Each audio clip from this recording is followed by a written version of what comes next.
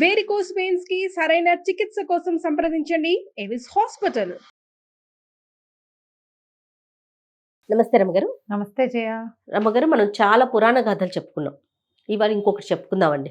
మామూలుగా మనం కార్తీక పురాణం ఫేమస్, మాఘ పురాణం, వైశాఖ పురాణం ఉన్నాయి బోల్డని. శివ పురాణం, విష్ణు పురాణం అవి ఉన్నాయి కదా. శివ పురాణంలో నుంచి ఒక కథ చెప్తాను జయ. ఓకే రమ్మగారు, విష్ణు పురాణాలు చెప్పారు, మీరు చెప్పలేదు జయ. మరి ఈసారి ఏమన్నా ప్లాన్ చేద్దాం కదా, అవకాశం ఉంటే. విష్ణు పురాణం చెప్పించాలని అనిపిస్తుంది.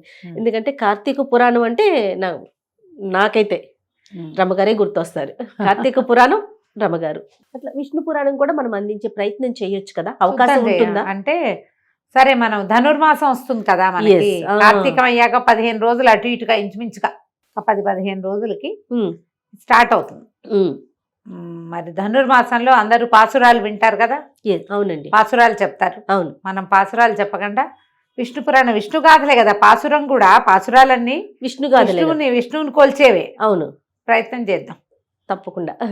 ఆ 30 రోజులు, ధనుర్మాసం 30 రోజులు విష్ణు పురాణం అందించే ప్రయత్నం చేద్దాం. అసలు అంతకన్నా, ఎందుకంటే కార్తీక మాసం అంతా 30, ప్రతి రోజుకి ఒకటి చొప్పున మనము కార్తీక పురాణాలు వింటున్నాం కదా. అవును, అలానే ధనుర్మాసంలో ప్రతిరోజు వచ్చేలాగా మాసం అంతా కూడా. ఒక సంవత్సరం భాగవతం చెప్పుకున్నాము. అవును, భాగవతం వేస్తూనే ఉంటారు మన వాళ్ళు. కుదిరితే మనం విష్ణు పురాణం మాత్రం ట్రై చేద్దాం రమ్మగారు. కాస్త మా కోసం ప్రయత్నం చేయండి, చూద్దాం. శివ పురాణంలో నుంచి ఒక కథ చెప్పుకుందాం, నారద గర్భభంగం.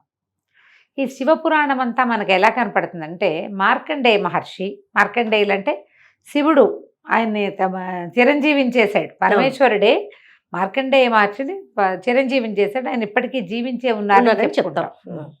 అయితే ఈ మార్కండేయులు ఒకసారి పరమేశ్వరుడి దగ్గరికి వెళ్ళి, పరమేశ్వర నీ లీలలు తెలుసుకోవాలని ఉంది, శివలీలలు తెలియజేయమని అడిగారు. అడిగితే శివుడు అన్నట్ట, నందీశ్వరుడు బాగా చెప్తాడు, నువ్వు నందీశ్వరుడిని అడుగు, అతని దగ్గర నుంచి తెలుసుకోమన్నారు. మార్కండేయులు వెళ్ళి నందీశ్వరుల వారిని సేవించారు. సేవించి నాకు శివలీలలు చెప్పమంటే సరేనని మొత్తం శివపురాణం అంతా నందీశ్వరుడు సెలవిచ్చినట్టు మార్కండేయుడు వింటున్నట్టు ఉంటుంది. నందీశ్వరుడు సెలవు ఇవ్వగా మార్కండేయులు ఇలా విన్నారు అని సూత మహాముని శౌనకాది మునులకు చెప్పినట్టు కనపడుతుంది. కార్తీక పురాణం కూడా అంతే.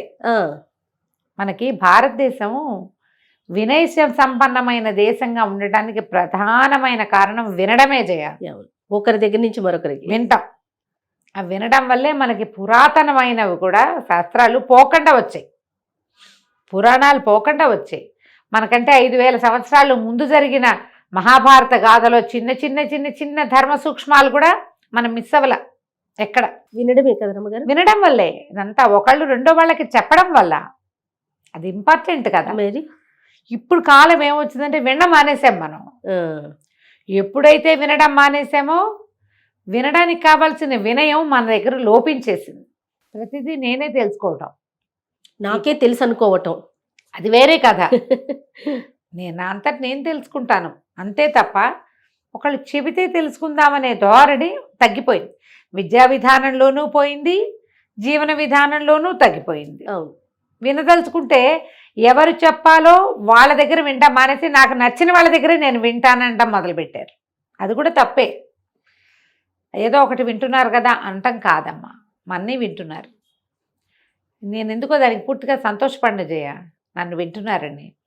వీళ్ళకి ప్రతి వాళ్ళకి ఎవరు చెప్పాలమ్మా? వాళ్ళ ఇంట్లో ప్రధానమైంది వీళ్ళు ఎక్కడ పుట్టారు, ఎక్కడ చదువుకున్నారు, ఎక్కడ పెరిగారు, అది కదా వినాలి. చెప్పు, నువ్వు ఒక నది పక్కన నిలబడి గంగానది గలగలలు వింటాననొచ్చా? అది గంగానది పవిత్రమైంది, అద్భుతమైంది, నేను ఒప్పుకుంటా. ఇది విన్నాక కాదు అక్కడికి వెళ్ళేది. అంతే, ఇది వినకుండా అక్కడికి వెళ్తామంటే ఎట్లా చెప్పు? అవునవును. ఈ ప్రవచనకర్తలు అందరూ ఇప్పుడు పెద్దవాళ్ళు ఉన్నాయి. నన్ను ప్రవచనకర్తను అనకుండా నేను కథకురాలుగా ఉండటమే నాకు ఇష్టం. కానీ ఎంతమంది ఉన్నారు, వాళ్ళందరికీ అంత గొప్పతనం ఎలా వచ్చింది? వినేవాళ్ళ వల్లే. వినేవాళ్ళందరూ కూడా అసలు ఇది వినడం మానేసి గుడి గంటలనే వింటున్నారు. ఏమిటో అంత బాగా లేదు అనిపిస్తుంది నాకు. మంచిదే, ఇది కాదని కాదు, కానీ ఇంకా మంచిగా ఉండేదేమో అనిపిస్తుంది. ఏమో. అయితే ఈ సూత మహాముని శౌనకాది మునులకి చెప్పారు. ఈ కథలో ఏం చెప్పబడింది? ఒక కథ, నారద గర్భభంగం. ఒకానొకప్పుడట నారద మహర్షి పరమేశ్వరుడి కోసం తపస్సు చేశాడట. ఆయన ఎందుకు చేస్తాడు, ఆయన విష్ణు భక్తుడు కదా అని ప్రశ్న వస్తుంది. విష్ణు భక్తుడైనా అసలు ఆయన శివభక్తుడుగా శ్వాసే ఉండవలసింది. నారాయణ కదా రమ్మగారు. అవును, ఇదంట చూడండి, పరమేశ్వరుడి ఉచ్ఛ్వాస నిశ్వాసాలే విశ్వాసాలన్నీ కూడా నారాయణ నారాయణ మంత్రం. మంత్రం. కాబట్టి పరమేశ్వర అనుగ్రహం కోసం, పరమేశ్వరుని కూడా తెలుసుకోవటం కోసం నారద మహర్షి చాలా తపస్సు చేశారు. ఆ, ఎంత తపస్సో చేస్తే ఈయనటి ఇంత తపస్సు చేసేస్తున్నాడు, ఇంతంత తపస్సు చేస్తే ఇంద్ర పదవి పోతుందని ఇంద్రుడు అప్సరావు గణాన్ని బోల్డంత మందిని పంపించాడు. ఆయన తపస్సు భంగం చేయడానికి శత విధాల ప్రయత్నం చేశారు. ఇలా జరిగిందా అంటే పురాణంలో ఉంది, చెప్పుకుంటున్నాం అంతే మనం. అయితే ఈ అప్సరావు గణం అంతా వచ్చింది, నాట్యాలు చేశారు, వయ్యారాలు చిలికిచ్చారు, ఒబ్బో ఏమిటో చాలా చేశారు. ఏం చేసినా నారద మహర్షి చెల్లించలేదు.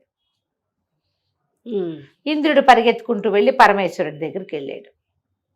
అయ్యా, నారద మహర్షి చెల్లించలేదు, ఆయన తీవ్రమైన తపస్సు చేస్తున్నాడు, నా పదవికి భంగం వస్తుందని నాకు భయంగా ఉంది, ఏం చేయమంటావంటే ఆయన పరమేశ్వరుడు అన్నాడు, అయ్యా నువ్వు భయంగపెట్టద్దు, అతను ఇంద్ర పదవి కోసం చేయటల్లా నా అనుగ్రహం కోసమే చేస్తున్నాడు, నన్ను తెలుసుకోవడం కోసమే. నన్ను తెలుసుకున్నాక తపస్సు విరమిస్తాడు, అతని కోరికలు ఏం లేవు, నేను కనపడమే కోరిక, నువ్వు కంగారు పడదంటే ఇంద్రుడు విరమించుకున్నాడు.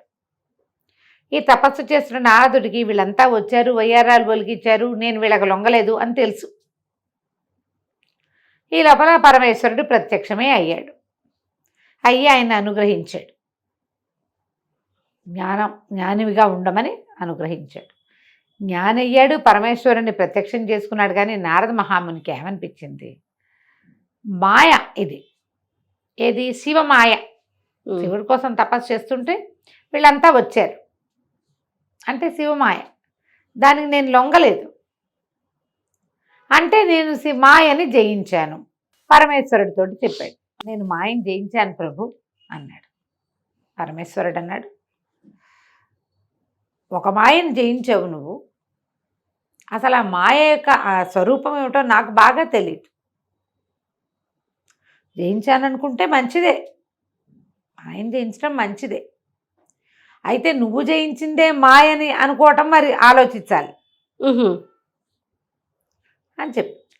ఇప్పుడు ఏమిటి అర్థం దాంట్లో, నువ్వు అనుకుంటున్నది చాలా చిన్నది, అది కాదు, ఇంకేదో ఉన్నది, ఇంకా ఉంది, మాయా స్ఫూర్తి స్వరూపం నాకే తెలీదు అని పరమేశ్వరుడు సెలవిస్తే ఏమిటి అర్థం, నారదుడికి తెలుస్తుందనే, కాదని కదా. సర్కాజం ఉంది అందులో సర్కాస్టిక్గా చెప్పాడు ఆయన. ఈ నారదుడికి అట్లా అర్థం కాల, నాకు తెలీదు నీకు తెలిసింది అని చెప్పి భలేవాడివి అన్నట్టుగా ఆయనకు అర్థమైంది. ఎందుకంటే ఎక్కింది అప్పటికే తలకెక్కింది అది. నేను మాయని జయించాను జయించాను జయించాను జయించానని మా పాట ప్రతి వాళ్ళకి చెప్పేవాడు. బ్రహ్మదేవుడిని కలుసుకున్నాడు, తండ్రి నేను మాయని జయించానని చెప్పాడు. విషయం అంతా విని, నువ్వు శివమాయని జయించావు, విష్ణుమాయ ఒకటి ఉందిరే నాయన అన్నాడు. అనేసరికి అక్కడికి వెళ్ళినప్పుడు, తండ్రి నేను విష్ణుని జయించాను, మాయని జయించాను అని చెప్పేసరికి విష్ణుమూర్తి అన్నాడు, శివమాయ అయినా విష్ణుమాయ అయినా బ్రహ్మదేవుడి మాయ అయినా త్రిమూర్తుల కంటే పరమమైనది ఇంకా గొప్పదైన మహామాయ ఒకటి ఉన్నది. మేము అందులో అంతర్గత శక్తులో ఒక మహామాయ ఉంది, ఆ మాయని జయించడం అంటే అది సులువు కాదు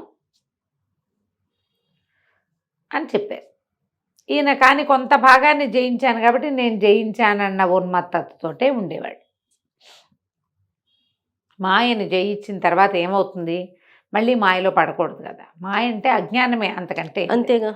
ఆ కాలంలో భూలోకంలో ఈయన ఏమన్నాడంటే, నువ్వు ఎక్కడైనా సంచరించేటప్పుడు జాగ్రత్తగా ఉండు, నువ్వు జయించేవు కొంత మటుకు, కానీ అంతా జయించినట్టు కాదు అంటే ఈయనకు నచ్చల ఆ మాట. నారదుడికి నచ్చలేదు.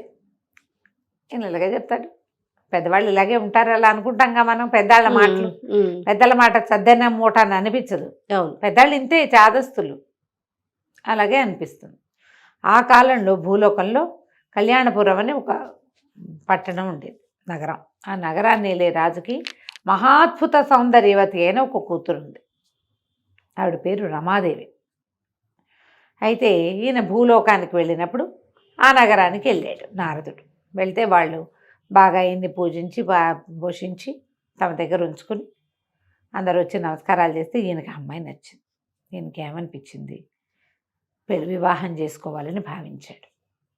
భావిస్తే ఏదో చిన్నగా హింట్గా అన్నాడు. అనేసరికి ఆ పిల్ల తండ్రి, ఆ రమాదేవి తండ్రి ఏం చెప్పాడంటే, మా అమ్మాయి విష్ణువుని తప్పిస్తే ఇంకొకరిని వివాహం చేసుకోని ఉంటుంది, విష్ణువునే వివాహం చేసుకుంటుంది అనేసరికి ఈయన బాగా ఆలోచించుకుని విష్ణువు దగ్గరికి వెళ్ళాడు. నారాయణ, నాకు ఇప్పటిదాకా వివాహం సంకల్పం కలగలేదు. ఈ భూలోకంలో కళ్యాణపురం అనే నగరం ఉంది. ఆ పాలకుడికి అద్భుతమైన సౌందర్యవతి అయిన కూతురుంది. ఆ పిల్ల పేరు రమాదేవి. ఆవిడని వివాహం చేసుకోవాలని నాకు అనిపించింది. నీలాంటి స్వరూపాన్ని ఇవ్వు, నాకు హరిలాంటి రూపాన్ని ఇవ్వు, హరి రూపము కావలెను అని అడిగాడు. అడిగితే ఆయన తథాస్తు అలాగే ఇచ్చేసాడు. వెళ్ళి చేసుకో వివాహం అని సరేననుకున్నాడు. వీళ్ళు ఏం చేశారు, అష్టదిక్పాలకుల్ని, బ్రహ్మాది దేవతల్ని అందరినీ స్వయంవరానికి పిలిచారు భూలోకంలో. ఈయనకి నవ్వొచ్చింది నారదుడికి. విష్ణువు హరిరూపం, అమ్మాయి విష్ణువుని వరిస్తాడు, ఎందుకు పిలవడం వీళ్ళందరినీ? విష్ణు స్వరూపంలో ఉన్నవాడిని పిలిస్తే సరిపోతుంది కదా, నేనే కదా అనుకున్నాడు. ఆయన అద్దంలో చూసుకుంటే ఆయనకి విష్ణు స్వరూపం తందిగా కనపడింది. పైగా చెప్పాడు కదా హరిరూపం, హరిస్వరూపం. సరే పెద్దగా ఏర్పాట్లు చేశారు. మన స్వయంవరం ఏర్పాట్లలో మొత్తం అందరూ కూర్చున్నారు. నారదుడు వెళ్ళి కూర్చున్నాడు. ఆయన చక్కగా విష్ణువులాగా పీతాంబరాలు కట్టుకుని, మరి మకర కుండలాలు అవి ధరించి, విష్ణుమూర్తి హరి ఎలాంటి వాటిని ధరిస్తాడు, చక్కగా మెడలో చక్కటి పద్మమాల అలంకృతుడుగా ఉండి పచ్చని బట్టతోటి కిరీట ధారణ అది చేసి తను కూడా వెళ్ళి లైన్లో కూర్చున్నాడు. ఈయన మొహం చూసిన వాళ్ళంతా నవ్వుతున్నారు. అర్థం కాదు, ఆయన ఉన్మత్తంగా ఉన్నాడు. అమ్మాయి వచ్చి తన మెడలో దండేస్తుంది, విష్ణు రూపధారిని పెళ్లి చేసుకోక ఏం చేస్తుంది? రమాదేవి వచ్చింది, అందరినీ చూసుకుంటూ వెళ్తుంది. అందరూ ఎవరు తమను పెళ్లి చేసుకుంటుందని వాళ్ళు ఎవరో ఎక్స్పెక్ట్ చేయట్లే, వాళ్ళకి తెలుసు. మర్యాదకు జరుగుతోంది అంతే. అమ్మాయి చూస్తున్నారు. ఈ అమ్మాయి నారదుడి దగ్గరికి వచ్చింది. వచ్చేసరికి నారదుడు అనుకున్నాడు, వేస్తుంది దండ అనుకుంటే, ఆవిడ ముసిముసి నవ్వులు నవ్వింది. వెనకాలన చెరికత్తలు కిసుకుమని నవ్వారు. అర్థం కాలేదు ఏమిటి. ముందుకెళ్ళేసరికల్లా చక్కగా శంఖచక్రాలు ధరించి గదాపద్మ విభూషితుడిగా ఉన్నటువంటి నారాయణమూర్తి మెడలో దండేసింది. ఓహో, ప్రసభికులంతా ఓహో అన్నారు. మరి శ్రీమన్నారాయణని వరించిందంటే సాక్షాత్ లక్ష్మి, అంతే, పేరు కూడా రమాదేవి. అందరూ సంతోషించారు. నారదుడికి పిచ్చి కోపం వచ్చేసింది. పెళ్లి వేడుకలు మొదలైపోయినాయి, వివాహం అయిపోయింది. ఆయన ఆవిడని తీసుకుని వెళ్ళిపోయేసరికి వాళ్ళ వెనకాలే వెళ్ళేసరికి విష్ణువుని తోలునాడేశాడు. తోలునాడి, ఇట్లా అంటావా, ఇలా చేసావా, నువ్వు నన్ను పెళ్లి చేసుకోవాల్సింది పోయి నిన్ను చేసుకుంది, నేను నీలాగానే ఉన్నాను కదా అంటే, ఈయన ఒక అద్దం తెప్పించి చూపించాడు. నారదుడు పద్మమాలాలంకృతుడుగా ఉన్నాడు, పీతాంబరధారిగా ఉన్నాడు, మకర కుండలాదులు శంఖచక్రాదులు ధరించాడు. మొహం కోతి మొహం. హరి అంటే కోతి. హరికి వేరే అర్థాలు ఉన్నాయి. నువ్వేమో అడిగావు, హరిముఖం కావాలని అడిగావు. విష్ణుమాయ అది, జయింపరానిది అది. నారదుడు చాలా సిగ్గుపడిపోయాడు. అందుకే వాళ్ళందరూ నవ్వారు. వాళ్ళందరూ ఎందుకు నవ్వారు, ఆవిడ ఎందుకు నవ్విందో, తను ఎంత అజ్ఞానంలో అర్థం చూసుకునేసరికి ఆయనకి ఆ కోతి మొహంలో తనకి జ్ఞాన శూన్యత కనపడింది. భగవంతుడి గురించి నాకు తెలుసు అనుకోవటం ఏమిటి, శివమాయను జయించటం ఏమిటి, నేను విష్ణుమాయను జయించటం ఏమిటి? విష్ణువుని వరించింది విష్ణు రూపాన్ని కాదు వరించింది, విష్ణు తత్వాన్ని వరిస్తారు. ఇప్పుడు మన శంఖచక్రధారిగా ఉన్న భగవంతుడి స్వరూపం చూస్తే ఆ స్వరూప ప్రేమ కాదు, స్వభావ ప్రేమ. అది విష్ణు తత్వం మీద ప్రేమ. ప్రపంచాన్ని వ్యాపకశీలుడైనటువంటి విష్ణువు ప్రపంచమంతా నిండి ఉన్న భగవంతుడి మీద ప్రేమ. పుట్టిగా శంఖచక్రాలు ధరించిన స్వరూపం మీద కాదు కదా. అవును, స్వరూపం కావాలనుకోవడం ఎంత పొరపాటు. పరి విధాల భగవంతుడి కాళ్ళ మీద పడి వేడుకున్నాడు, నా జ్ఞానాన్ని మన్నించు, సాక్షాత్ లక్ష్మి స్వరూపాన్ని వివాహం చేసుకోవాలనుకోవటం ఏమిటి? ఇదే అజ్ఞానాన్ని మనం రావణాసురుడి దగ్గర కూడా చూస్తాం. అవును, మాయ కమ్మిన వాడు చేసే పని అది. మాయే, అంతకంటే ఏమిటి? విష్ణు మాయ జయింపరానిది మాయ. ఎవ్వరి వల్ల కాదు, అందులో నుంచి బయటపడలేం. మన్నట్లా వ్యామోహింప చేసేస్తుంది. అప్పుడు మళ్ళీ నారదుడు తన గర్వం భంగమై నేను చేసిన తపస్సు వల్ల నాకు మాయం జయించే శక్తి వచ్చిందని నమ్మకంతో ఈ ప్రవర్తన చేశాడు. జయింపరానిది అయితే విష్ణువుని ఆయన శపించాడు. నువ్వు కూడా నాలాగే భార్యకి దూరం అయ్యి, ఇప్పుడు అమ్మాయి పెళ్లి చేసుకుందాం అనుకున్నా, అది దూరం అయిపోయాను కదా, భార్యకు దూరం అయ్యి కోతుల సహాయంతో పెళ్ళాన్ని దక్కించుకుంటావు, నాకు కోతి మొహాన్ని చేసావు కాబట్టి. ఓహో, అందుకనే అందుకనే అయితే ఇప్పుడు విష్ణువు ఏం చెప్పాడంటే ఆయన నవ్వుతూ, చూసావా నువ్వు మాయలో ఎలా పడ్డావు, పర్వాలా నేను ఎట్లాగూ దశావతారాలు ఎత్తితే రామావతారంలో ఇదే జరుగుతుంది, వానర సహాయమే కదా. నువ్వు నన్ను శపించినా కూడా నేను నీకు వరం ఇస్తాను, నువ్వు కోపి ధూర్తుడివైనా కలహభోజనుడు అని పేరుతోటి త్రిలోక సంచారము చేసి లోకక్షేమం కోసం నువ్వు ప్రవర్తించేటట్టుగా నీకు వరం ఇస్తున్నాను నేను. మాయని జయించడం కష్టం, భగవంతుడు కూడా మాయలో పడతాడు అంతే. అప్పుడప్పుడు భగవన్మాయా అయినా కూడా మానవులేమిటి, మానవుల ఇది భగవన్మాయా తిరోహితంగా ఉంటుంది, మనకేముంటుంది, మన ప్రకాశం, మన తెలివితేటలు ఏం లేవు, మనమంతా ఆ మాయలో పడే తిరుగుతూ ఉంటాం, అంతా నాది నాది నేను నేను నేను అనుకుంటాం. ఎప్పుడు ఆయన లేచక్క వెళ్ళిపోతాడు మనలో ఇంచి, ఏమవుతాం మనం, ఎవరికి పనికి రాకుండా బట్టలో కలిసిపోతాం, అంతే కదా. ఆయన ఉంటేనే కదా. అది తెలుసుకున్నాడు నారదుడు. ఆయన ఒక శాపం వల్లే ఈ రామాయణ గాథ నడిచిందని శివపురాణంలో ఇలాంటి ఒక కథాంశంతో చెప్పబడింది. భగవంతుడు మాత్రం అతన్ని నువ్వు చేసిన తపస్సుకి త్రిలోక సంచారిగా ఉంటావు, నువ్వు లోక కళ్యాణార్థమే, నువ్వు ఏం చేసినా, నువ్వు ఎంత గొడవ చేసినా, ఎంత కిరుకులు పెట్టా, ఒకళ్ళకొకళ్ళకి లింకులు పెట్టినా కూడా అది లోక కళ్యాణార్థమే పరిణమిస్తుంది. ఎట్లా నీకు కోపం వచ్చి నువ్వు ఇచ్చిన శాపం లోక కళ్యాణార్థం పరిణమించిందో అలాగే పరిణమిస్తుంది అని చెప్పి ఆయనకి వరం ఇచ్చాడు. అప్పటి నుంచి నిత్యనారాయణ మంత్రంతో ఉంటాడట నారదుడు. కథ కంచికి మనం ఇంటికి. అద్భుతమైన స్టోరీ. నమస్తే. నమస్తే.